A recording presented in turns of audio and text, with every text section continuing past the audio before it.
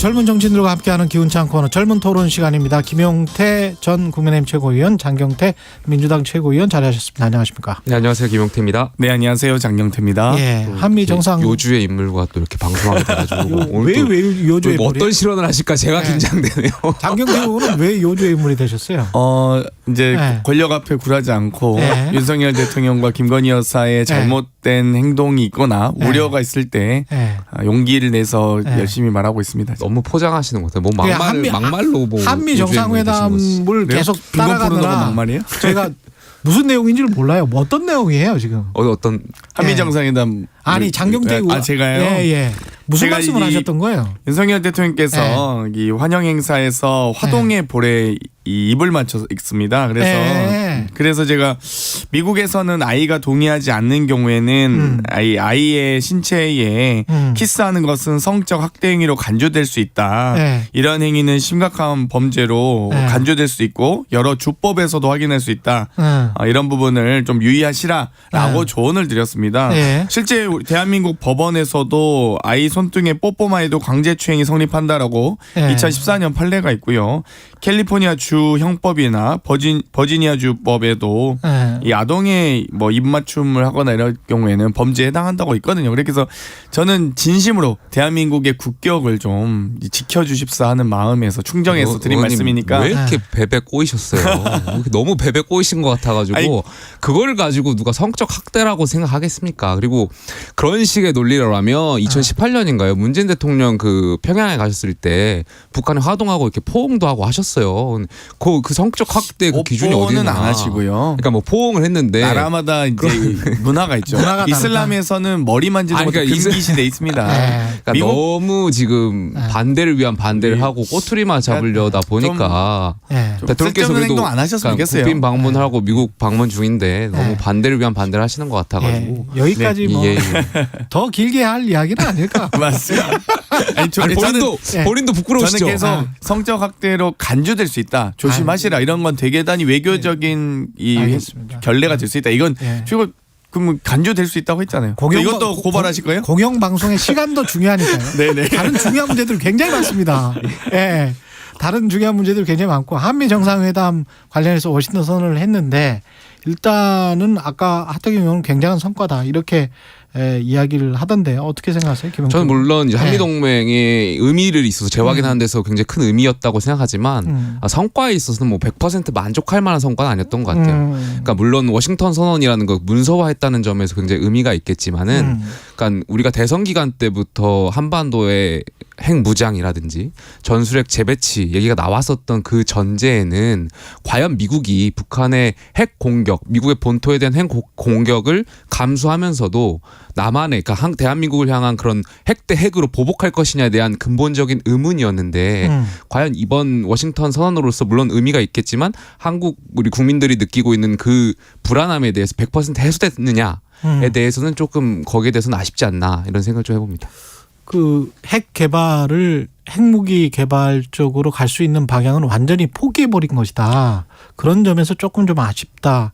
그럴 거면은 상시 배치 수준 정도는 받았어야 되는데 그것도 못 받았기 때문에 그런 게 조금 좀 추상적이어서 좀 그렇다. 이런 어떤 전문가의 의견도 있더라고요. 뭐 제로 콜라 많이 드셨나 봐요. 저는 제로 회담이었다라고 생각을 하는데요. 아니 도대체 한미 정상회담에서 얻은 게 뭡니까 도대체? 그러니까 지금 NCG 그 확장 억제 네. 협의체 차관급 회담이잖아요. 그 장관급 격상시킨 거 뭐 네. 잘 알겠습니다. 대한민국의 차관이면 협의가 잘 안 되고 장관이면 협의가 잘 되는지 한번 지켜보겠고요. 네.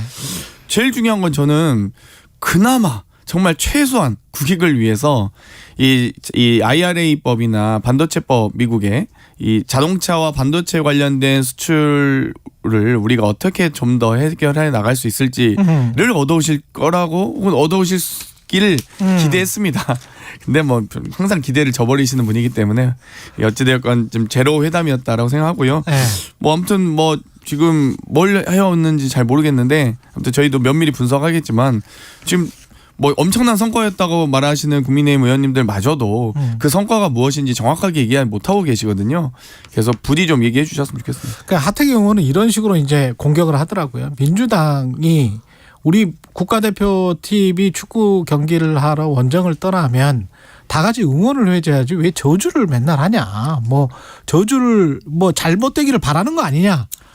지금 해외 순방 가실 때마다 사고 치고 계시잖아요. 네. 예를 들면 영국 가셨을 때 조문 없는 조문외교 하셨다가 또 스페인 국왕 뭐 나토 뭐 회원국도 아니면서 갔다가 또 전혀 홀대 받고 오시고 뭐 이 동남아시아 가셨다가 캄보디아 가서 빈곤 포르노 논란만 일으키시고 이제 일본 가서 오므라이스 드시고 오셨어요. 마이너 라이스라고 마이너 라이스로 제가 지칭하고 싶었는데 뭐 참았는데요. 어찌됐건 일본 가서도 독도 문제 독도는 우리 땅도 말씀 못 하셨는데 미국 가서 지금 하해온 게 뭡니까? 제로 콜라만 드시고 오셨잖아요. 그러니까 제가 제 거 이렇게 말씀드리는 게 그래도 저는 이명박 박근혜 정권, 예를 들면 이명박 정권 때 이 소고기 협상이 있었습니다. 네. 우리가 이 농수산물을 퍼주긴 했지만 그래도 한국산 자동차가 진출할 수 있는 교두보를 조금이라도 만들기 위해서 노력했다라는 점이라도 제가 진짜 50보 100보 양보해서 인정해드리고 싶은데 지금 윤석열 대통령은 뭘 지금 해오셨는지 잘 모르겠어요. 그러니까 전 저주하고 싶은 게 아니고 성과를 객관적으로 보고 싶은데 그 객관적 성과가 뭐냐라고 물어보면 아무도 답을 못 하잖아요. 일본 정상회담에 대한 객관적 성과가 뭡니까? 미국과의 정상회담 지금 객관적 성과가 뭡니까? 그러니까 제가 초반에 말씀드렸지만 어쨌든 저희 그 대한민국에 있어서 NCG라는 핵 협의 그룹을 만들었다는 점에서는 굉장히 의미 있는 성과거든요. 그러니까 미국 입장에서만 보더라도 세계 어느 나라와 이렇게 나토를 제외하고는 어떤 국가와 국가 간의 이런 핵 협의구를 만든 전례가 없고요. 한국의 입장에서도 물론 제가 초반에 이제 아쉬운 점 말씀드렸습니다만 물론 여기에 대해서 우리나라가 직접 참여해가지고 발언권을 얻었다라는 점에서는 굉장히 큰 의미 있는 성과라고 생각돼요. 근데 야당에서 지금 앵커께서 말씀하셨지만 어떤 건강하고 건설적인 비판을 한다면 여당이나 정부도 수용하겠지만 계속 무슨 제로콜라라느니 뭐 빈곤포르로 하느니 뭐 화동의 어떤 성적 학대라는 이런 비아냥만 일삼으시니까 여당과 정부의 입장에서도 이 말이 안 되는 반대를 위한 반대라고 비아냥만 일삼으신 이 태도에 대해서는 국민들이 결코 저는 좋게 안 보실 것 같아요. 그래서 제가 말씀드렸잖아요. 그러니까 확산 억제 협의체 차관급 기구를 장관급으로 격상시켰다. 제가 이것도 말씀드렸던 게 그거 말고 뭐냐고요. 그러니까 객관적인 이제 팩트를 가지고 얘기를 하고 싶은데 객관적인 팩트가 없습니다. 지금 자동차 지금 IRA에 대한 성과가 뭐죠?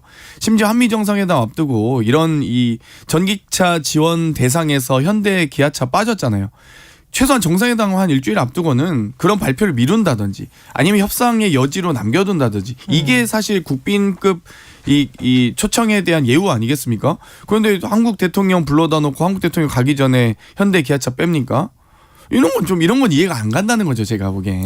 근데 대통령이 방미하기 전에 워싱턴 포스트 인터뷰 내용도 그렇고 내용 자체도 100년 전 일 가지고 뭐 이렇게 무릎 꿇라고 하는 거는 나는 그런 생각은 받아들일 수 없다. 나는 이렇게 분명히 이야기를 했더란 말이죠.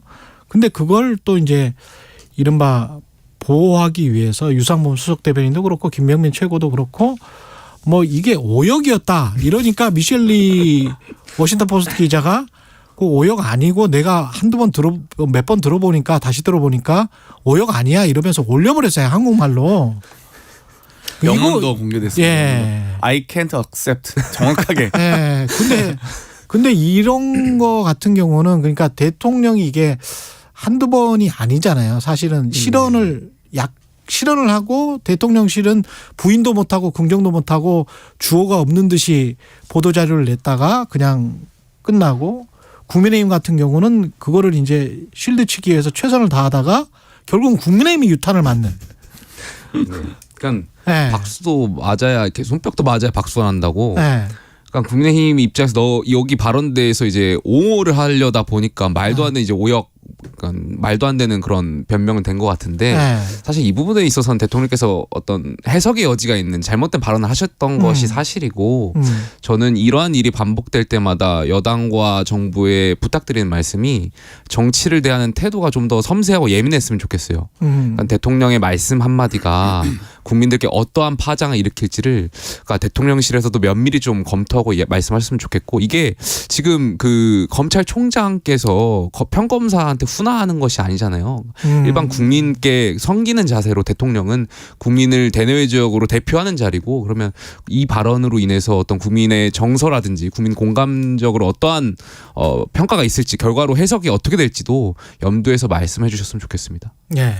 그러니까 일단 계속 국민들을 실험의 대상으로 하고 계십니다. 그러니까 예의가 없는 거죠. 일단 기본적으로 바이든 했을 때 난리면이라고 듣기 평가 실시하더니 이 내가 아니고 일본이다라고 독해 평가하고 있는 이런 아니 그러면 미셸리 기자님하고 인터뷰하실 때 우리 윤석열 대통령께서 영어로 인터뷰하셨겠어요? 한국말로 하셨겠죠. 그러면 그 녹취록 공개하십시오.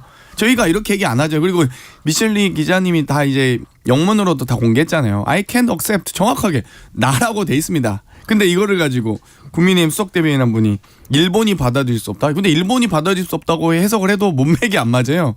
그래서 아무튼 좀 이런 건 잘못했다. 이건 좀 제가 좀 과했습니다.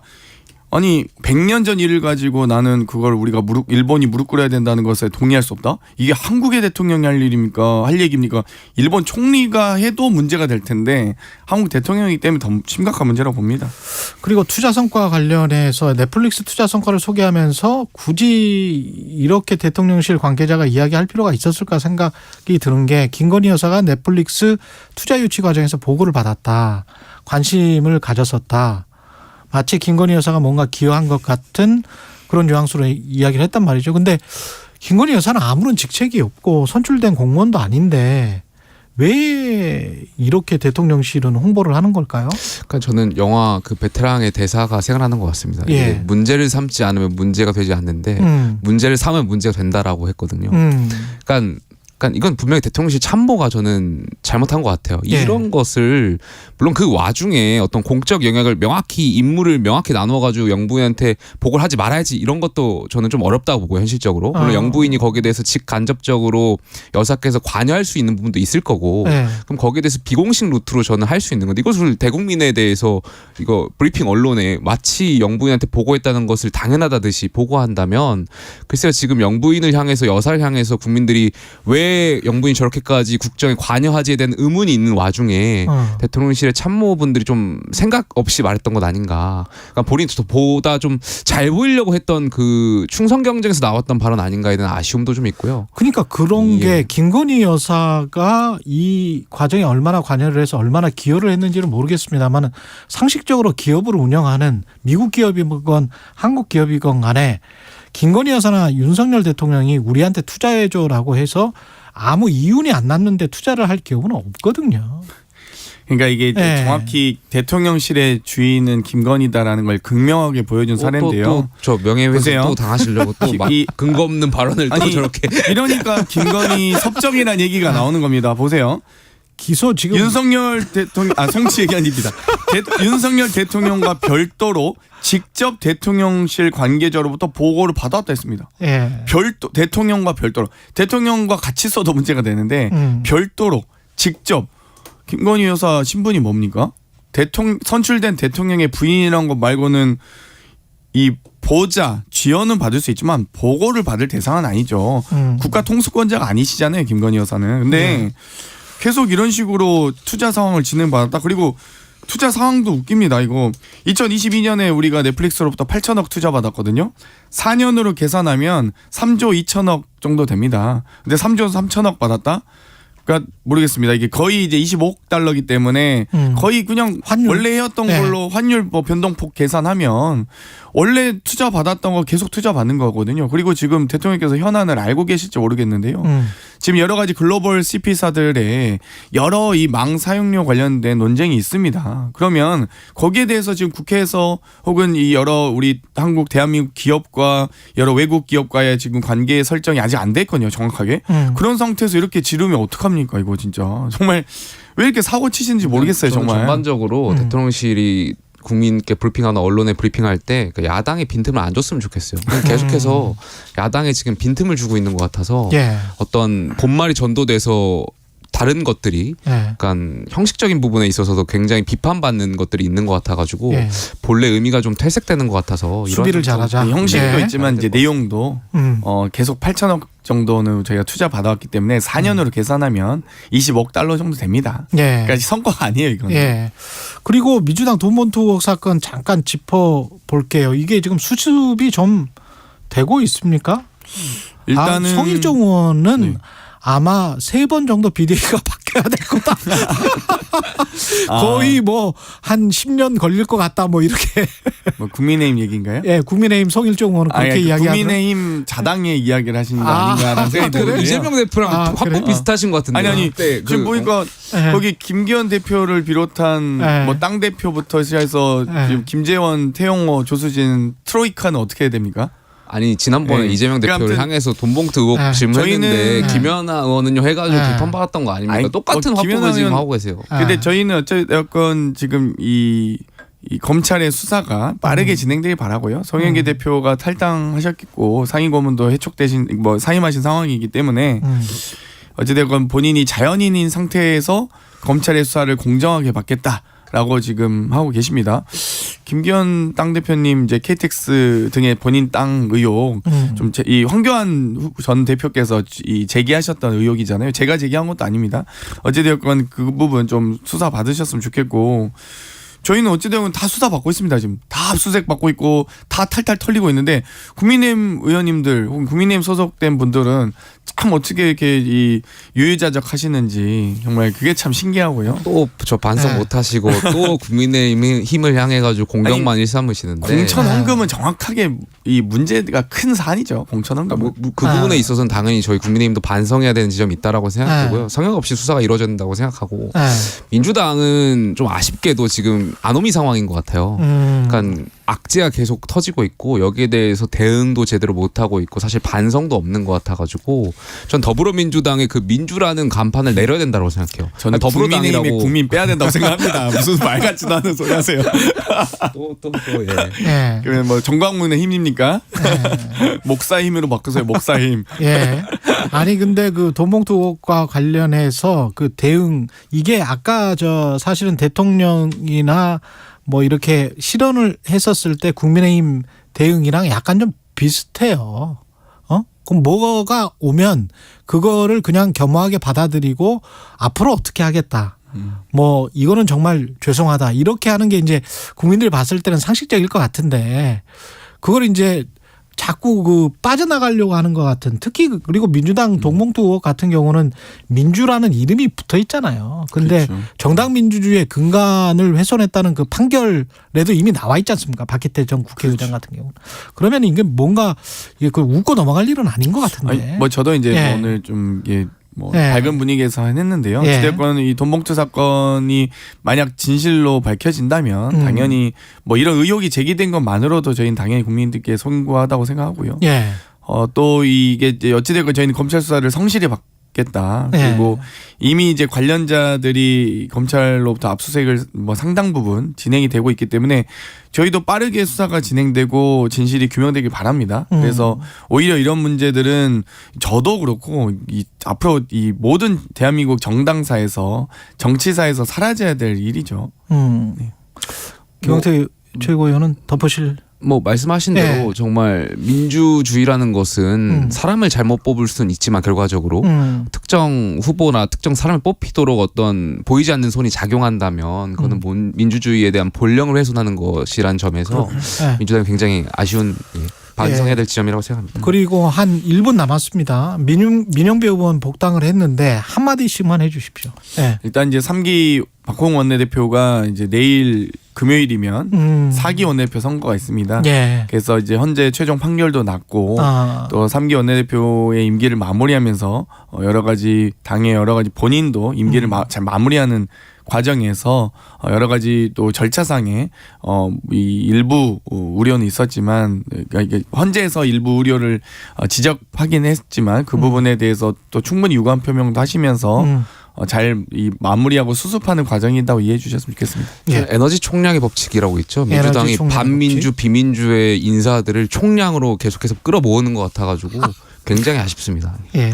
여기까지 듣겠습니다. 김용태 전 국민의힘 최고위원, 장경태 민주당 최고위원이었습니다. 고맙습니다. 감사합니다. 감사합니다. 4월 27일 목요일 KBS 1라디오 최경영의 최강시사였고요. 오늘 목요일이네요. 내일 아침은 금요일입니다. 예. 저는 KBS 최경영 기자였습니다. 고맙습니다.